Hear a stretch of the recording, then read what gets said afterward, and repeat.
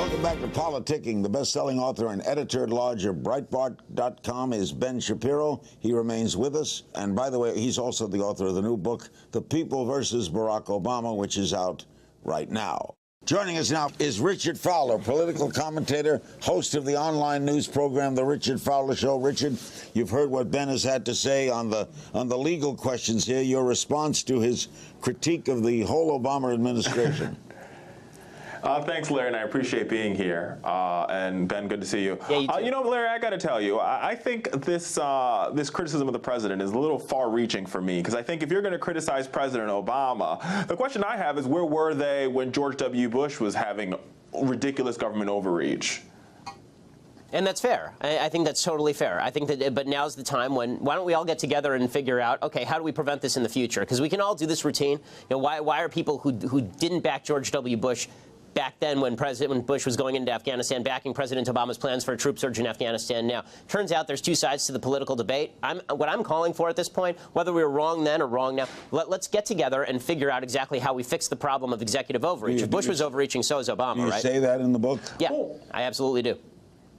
Well, I mean, listen, I hear that if we're going to come together, I think that what needs to happen is that folks on the right that, you know, who are part of the city and run half the United States Congress should be willing to come together to deal with government overreach. And we haven't seen that yet. Republicans have sat on their hands on most issues. Besides having multiple witch trial hearings, or kabuki theater, like I like to call it, you know, I'd rather see them say, let's find a way to solve immigration so the president doesn't have to act, or let's find a way to reform our tax code so the president doesn't have to act, or let's find a way to give more money funding to our embassy so the president doesn't have to act. What seems to be happening here, Larry, is a dereliction of duty when it comes to the right. And so now they're playing the blame game when they really haven't put forward any solutions. Well, Richard, when it comes to the solutions, I think the bigger problem here is not the question of particular issues, honestly. I think the question is the one that you've stated, which is you're using the president's action as a threat. Why doesn't Congress do X so the president doesn't have to do it? Why doesn't Congress do Y so the president doesn't have to do it? The problem is the president is not given the power to do these things.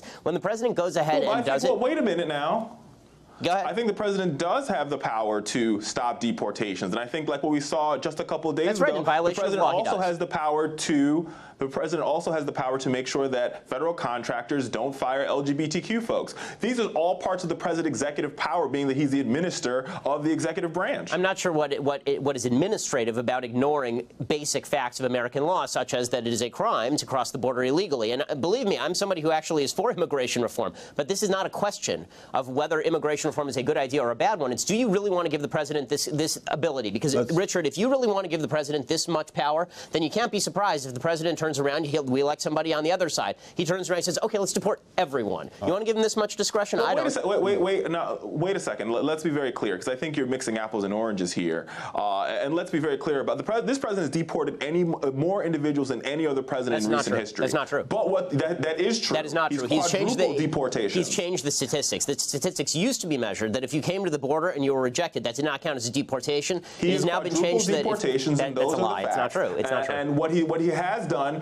now the folks who aren't being deported are those individuals who came to this country at no fault of their own, who pledge allegiance to our flag, they go to our schools, and they want to pursue the American dream. Some of these individuals serve in our military. And the president has the power to instruct his secretaries to do whatever he chooses to see fit for them to do. And there we go. That is not a violation of federal law. He can instruct his secretaries to do whatever he sees fit to do, and this is the problem on every issue of American law. That is not a violation of federal law. Let me interrupt, guys, because I'm not a lawyer, and we'll get it.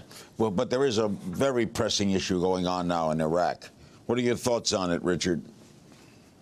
Well, listen, I think this is the president loses on any situation here, and I think people like our friend there from Breitbart will attack this president no matter what he does. The truth of the matter is this: we shouldn't have gotten the war in Iraq to begin with, and now it is time for the people of Iraq and the government of Iraq to finally stand up and deal with their own mess. And I think if we're going to provide support as a country, that support can only come after Iraq figures out exactly what it's going to do. Ben? Well, okay, there are really three separate questions when it comes to Iraq. Should we have gotten in? Should we have gotten out? And what do we do now? right? And the first two questions are actually sort of irrelevant to the third, meaning I hear the argument we shouldn't have gotten in the first place. Certainly getting out looks like a mistake now that there's a massive chaotic situation over there. In terms of the third solution, doing nothing and saying that, oh, well, throwing up our hands, well, I guess what happens there, that's a pre-9/11 mentality that suggests that whatever happens there is a regional problem and we'll never have any blowback here. What should you do? What we should do is we should put military advisors on the ground, particularly in Kurdistan, where we help out some of the folks who actually want to defend the country. And look, if we actually care about the status of the country, the last thing we should be doing is helping the Iranians invade the southern half of the country and then helping the Sunnis invade the northern half of the country. This is exactly what the left wanted with regard to Iraq way back in the middle of the last decade. They wanted this to turn into Vietnam. Vietnam was a war that was won until we cut funding and pulled out. And this was also a war that was won until we cut funding and pulled out. Go ahead, Richard.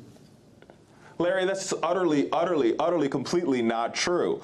Right? And if you listen to folks like John McCain, who always believes we should arm the rebels, which is his solution to everything, and putting our men and women in harm's way once again to solve a quagmire of a situation that we've created. Let's be very clear about this. It was created under George W. Bush. This president has brought our men and women back home in the safety of America, and now we've got to figure out a solution. And to be honest with you, this government, the Iraqi government, has got to stand up. This cannot always be America's nightmare. The Iraqi government has to stand up and say, we're going to take control. What the president of Iraq needs to do is reach out to the Sunnis, reach out to the Shias, make concessions, and find a way to run his government. We do it here in America. They do it in India. They do it in Pakistan. They do it all across the world. People come together, different factions come together and rule a country equally. And this president, the president of Iraq, hasn't been able to do that. And he has to be held accountable for his actions before we put our men and women back in harm's way. Why is it our problem? It's our problem because, to a certain extent, because we invaded them. Well, yes, because we invaded them, but also beyond that, because once we're there and you make promises to people who are now being mowed down in the streets, by the way,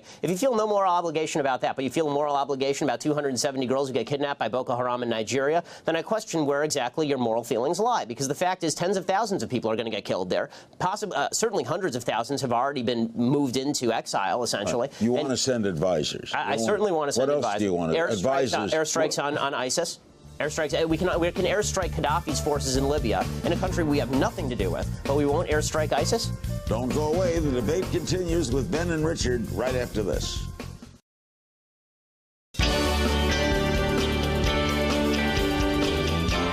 What's wrong with that? Richard, why not airstrike? Well, listen, I think I would like for him to define what military advisors mean. One, because we've already trained the Iraqi military, and it's not our fault the Iraqi military is surrendering as fast as possible, right? That's not our issue. That's not our problem. Now, where I do agree with him is I think that I have no problem, and I think this president has no problem with some sort of drone warfare, sending some drones over there to strike ISIS. But with that being said, we need a solution where all the parties are at the table. And unfortunately, that can only happen when the Iraqi government stands up here. Well, that also happens, actually, and was happening when the American military was there. I mean, if you read the pieces in The New Yorker by a great reporter who's actually on the left, he was talking in specific detail about the fact that when the U.S. military was there, they were speaking every day with Maliki, so and they were telling him. How long would you want the U.S. military to be there? Is the question. If the U.S. military there is there for decades, we can live. How long do you want our men and women to be put in harm's way? Let me ask you this: how many American men and women were you willing to let die for no reason now? Because now the country is gone, right? So you got 4,500 American men and women who died there, and their blood is worth nothing because the country is gone. And veterans are saying this. No. Wait a minute. Well, first of all, we shouldn't have been there in the first place. And you can argue that, but the bottom line is, once the war was won, why give it back? How much more American blood do you want to shed for a conflict that is not our conflict, and a government that is literally irresponsible? Don't you think the American public will not support troops on the ground? You know I think at this point you're probably right. The American public will not support troops on the ground by a wide margin, because this has become a country that has now slipped into a pre-9/11 mentality, which is why we are now going to surrender Afghanistan back to the Taliban and Iraq to a combined force of Al-Qaeda/ISIS in the north and Iran in the south. All right, some other political things. Your reaction to the defeat of Mr. Cantor?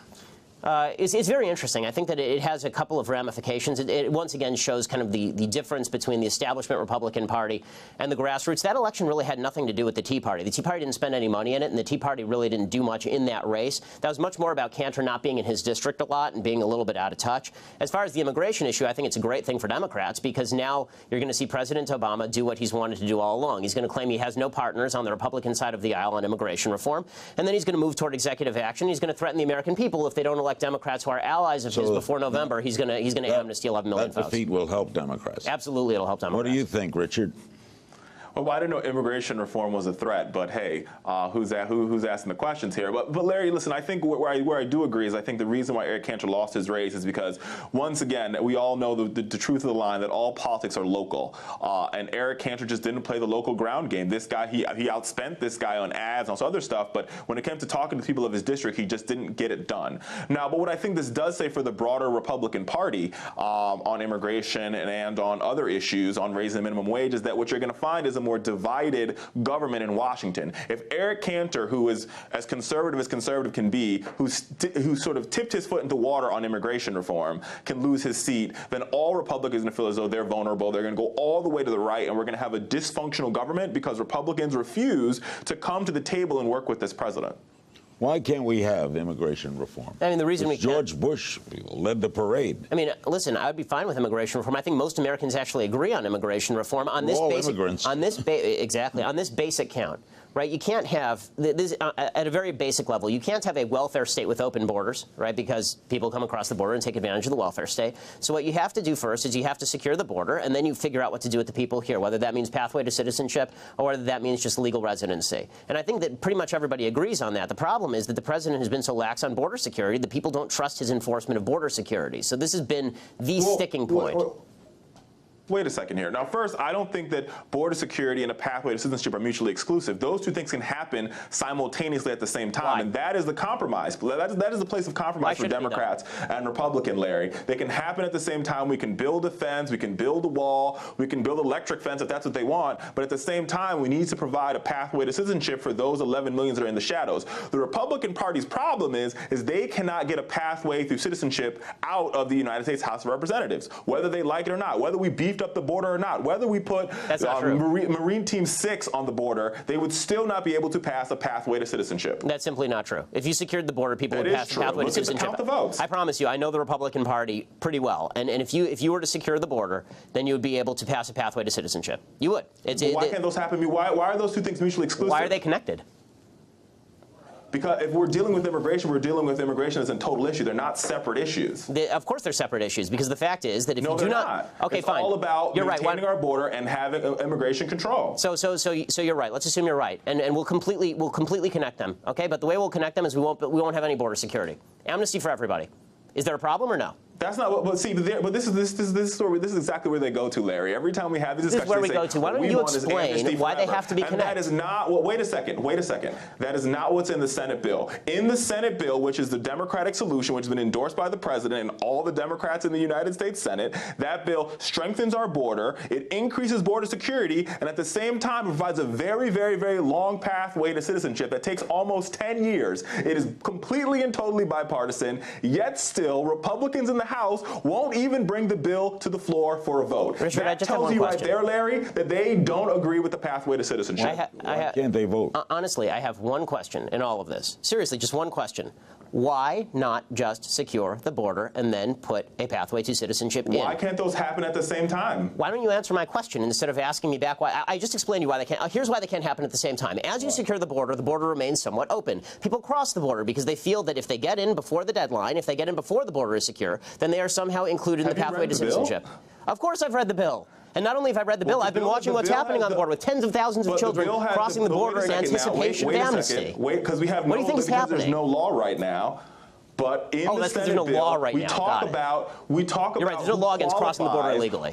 In the Senate bill, we talk about who qualifies for a pathway to citizenship, and those deadlines do not apply to those individuals that cross the border. And how are you going to magically determine that, Richard? Do they have a magical It's in the bill. Right. They have a. Read the bill. I've read the bill, Richard. Can you explain to me when you haven't read it correctly? When you determine who has crossed the border when? I was unaware that everybody who crosses the border has a barcode saying when they came across. You know what I'm going to do? I'm going to read the bill and have you both back. Thanks, Ben. Thanks, Richard. Good. Thanks, Richard. I look forward to having you both back soon. Ben's book, The People versus Barack Obama, the criminal case against the Obama administration, is available now. And you can catch Richard Fowler at fowlershow.com. For my viewers out there, I want to hear from you. Join the conversation on my Facebook page and share your thoughts on Twitter by tweeting at Kim's Things and using the politicking hashtag. That's all for this week's Politics.